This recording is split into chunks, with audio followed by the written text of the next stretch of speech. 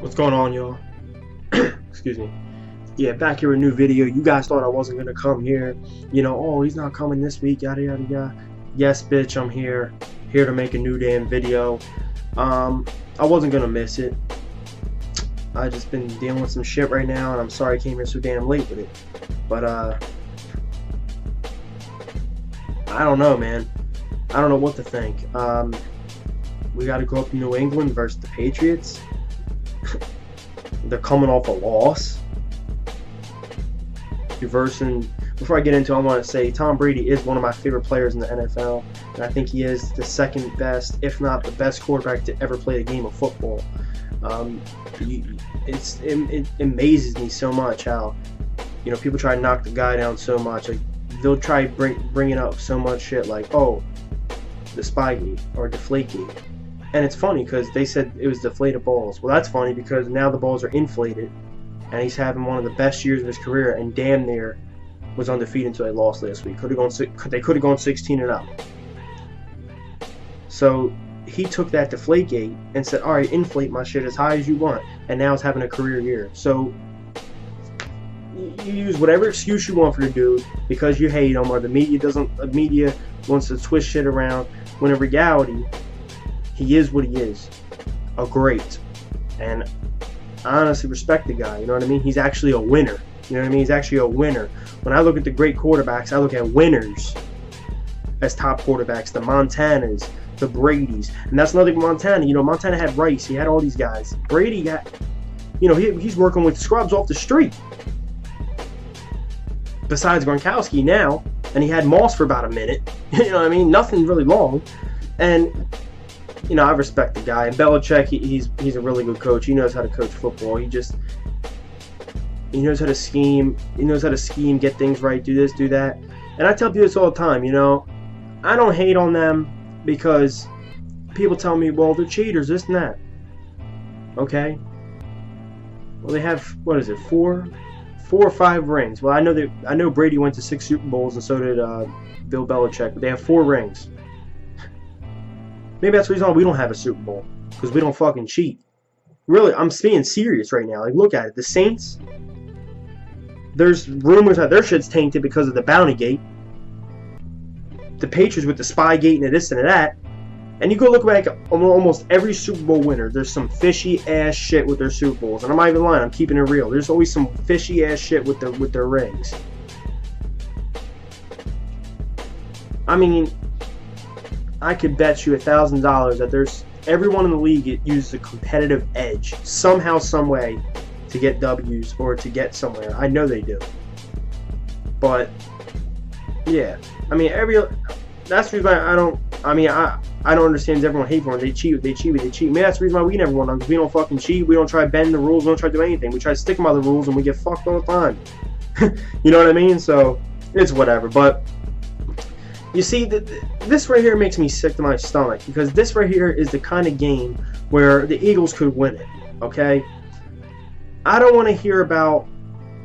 And I rooted for the Patriots to beat the Broncos, because I know when they're coming off a loss, they're way more pissed off. I mean, they blow teams out when they're coming off losses, and it's in New England, dog, where they're damn near undefeated. So I thought in my head, like, I watched the Broncos game with the Patriots, and I saw Gronk go down. I already know Edelman's out, Dion Lewis, half of their O-line, and in my head I'm like, yo, as crazy as it sounds, you might have a shot winning this game, coming up, this game right here. But then the Pats lost, and I was like, God damn it, dude, they're going to be so pissed coming into this game.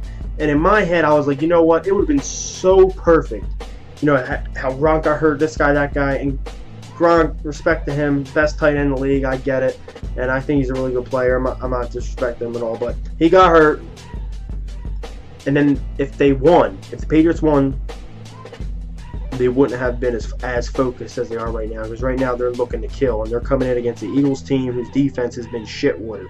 I mean, I don't understand what the hell happened, really. People say Chip Kelly lost the locker room, this, that. But how do you lose one game to Miami Dolphins by 1 fucking point? 1 point. Okay? And then have 2 straight blowouts. That makes no sense to me. Like, to me, I look at it like, you lost by 1 point. Okay, you can come back and win games. Tampa Bay's a winnable game. The Lions is definitely a winnable game, and then you get smacked by both of them. And this right here is the type of game where elite teams, okay, I don't want to hear about it's Tom Brady. I don't want to hear about it's in New England. I don't want to hear about none of that. They got a banged up offensive line. No weapons at all, which Brady, as I told you guys before, he uses bums off the street and makes them stars. So I won't be surprised if some bum off the street, some practice squad guy gets 100 yards on us and a touchdown or two, the way our defense has been playing. But elite teams, who can I use? The Cardinals, because the Panthers, they're doing their thing, and I think they're a solid all-around team, but I still don't know if they're elite. You know, I want to see what the Panthers got in the playoffs, because I want to see what the Panthers got in the playoffs because, you know, of years past and stuff. But my favorite team right now in the NFL, complete team, is the Arizona Cardinals. Not my favorite. I hate the Arizona Cardinals with passion. But I like Bruce Arians. Palmer's decent. I love the defense. And I think if Arizona went into New England, coming off this loss, went into New England with that New England's O-line messed up. No Gronk, no Dola, no Deion Lewis, no Edelman. They would go in there and win that game because elite teams take advantage of things like this. You look at the Buffalo game, man. Buffalo damn near beat them. Buffalo's not elite, but Rex Ryan knows how to get to Brady. Damn near beat him. You seen it. Damn near beat him. And Gronk was in the game. If he wasn't, it would have been 10 times crazier. I mean, so this right here is a golden fucking thing on a platter. But that's the type of thing the Eagles do. They wouldn't take advantage of. But I understand it. I mean, dude, you came off 2 trash-ass losses. I mean, bad fucking losses against the Lions and the Bucks. Now you got to head into New England against one of the greatest quarterbacks and one of the greatest minds in football, Bill Belichick, one of the greatest coaches. I mean, dude, it's like shit, bro. It's tough. You know, and it makes me sick to my stomach because I have, as a football fan and a dude who knows football, a guy knows what he's looking at, what he does, da-da-da-da-da. When you look at the Patriots and you see that all these players are out, it gives you a little hope in your heart. You know, like, oh my God, just maybe we could pull out a close one. Maybe we can fucking sit back and kick a game-winning field goal and take it to overtime. Not overtime, take the win and get out of there with a win. And then have 4 straight home games. Giants is at their stadium, my bad. But you got Bills at home, Cardinals at home, Washington at home. So you're like, dude, maybe you can gut this out and then win the rest. But the Eagles wouldn't do that because how fucking bad everything is in Philly right now. I mean, you got the coach. I heard, this is one good thing. I heard Chip Kelly gave everyone a motivational speech, and I heard he cried after the Lions lost. So people call him an arrogant, cocky son of a bitch. That's a man humbled right there. Crying after a damn loss. And he told everyone, I believe in building a great organization. I believe in building a great organization, and I picked all you guys. That's good shit. But everything's in disarray right now, really. The way to beat them, though, really is you just got to. I heard who was it talk today? Sal Paolantonio. The other day talking about just stop the bleeding. Just stop the bleeding. You know, just play some more zone defense, prevent defense, just relax. Don't let them get. You know, just.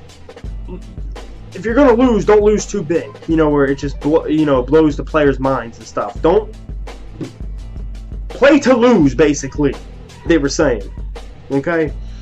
I'm not with that, but I know a couple of good damn things you can definitely do to win this football game. Okay, look. Huddle up. Chip Kelly, you had 11 days, 10 days? I can't remember. You had since Thanksgiving to think of your game plan, think of what you're going to do, how are we going to beat this team.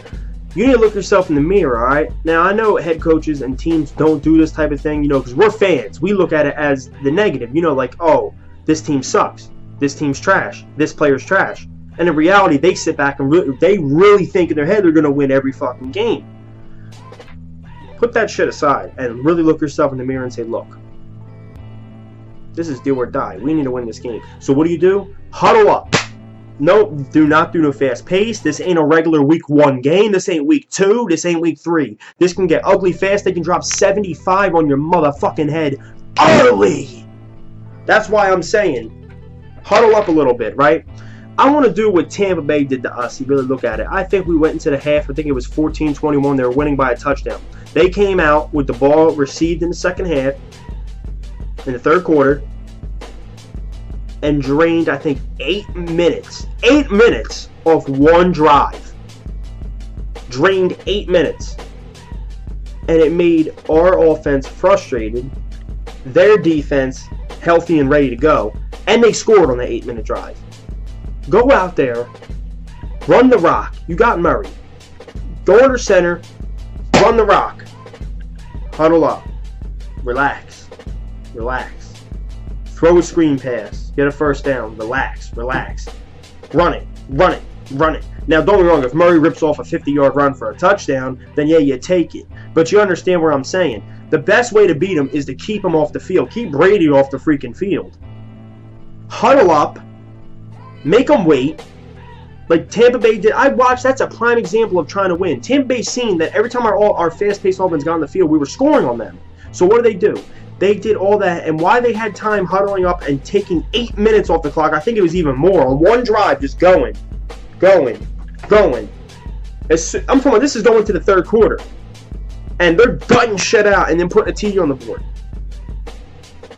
While they had that doing it, their defense was studying shit on us on their little iPad shits, whatever the hell them things are, the little things that people watch film on now, and they were checking out all of our shit we were doing on offense. That's what we got to do to win. Huddle it the hell up. Take as much time as you can off the clock if you get to receive the ball first. Don't go out there and go a quick 3 and out, because Brady's going to take the ball and fucking jam it down your throat. In my opinion, the first couple drives or the first couple times you huddle up and do what I said. You know, just gut it down there, take time off the clock, and try to get touchdowns or at least 3 points out of those drives where I said huddle up. Then you do your fast pace. Get some points on the board. See what your defense got. Then go fast pace. But this game can get ugly quickly, so I'm not going to sit back and talk about, oh, we're losing, we're trash, it's that. Because we pull it off, dude, I will fucking be in shock. And I'll tell you what right now, I will be gassed up. Because we win this game, I swear to God, we'll win every game out. That's how damn hyped up I would be. But honestly, this right here is my dream. Since I know this is a tough game, and I had this written on the schedule as a loss, and after the past couple weeks, as bad as it's been, I had us losing. And it made me sick to my stomach. You know why? Because not just because we can't win, but we can't fucking compete with them. That's what made me sick. That's what made me sick, man. Because you can't compete with them. That makes me sick to my goddamn stomach. Well, do what I said, man. Huddle up, do the thing, this and that. I already went on a fucking rant with my boy about this shit. How, oh man, set the franchise. Started fucking around, saying this loss will be so bad, I'll set the franchise back. I was just kidding. That won't happen, but it'll be really bad if we don't fucking take control of this early. But this is my dream right here, really.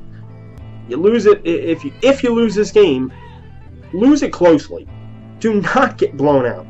Lose it like 21-14, something like that.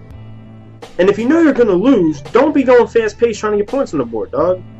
Make it like this, because now the players will still have a little bit of hope. Like, maybe we can turn this around. Because I'll tell you what, 4-8, that's fine. Because the Bills, that's a winnable game. Cardinals, that's a tough game. We can still gut that out at home. Washington, that's a winnable game. And Giants, that's definitely a winnable game. So you go 4-8 and then win the rest, you'll be 8-8.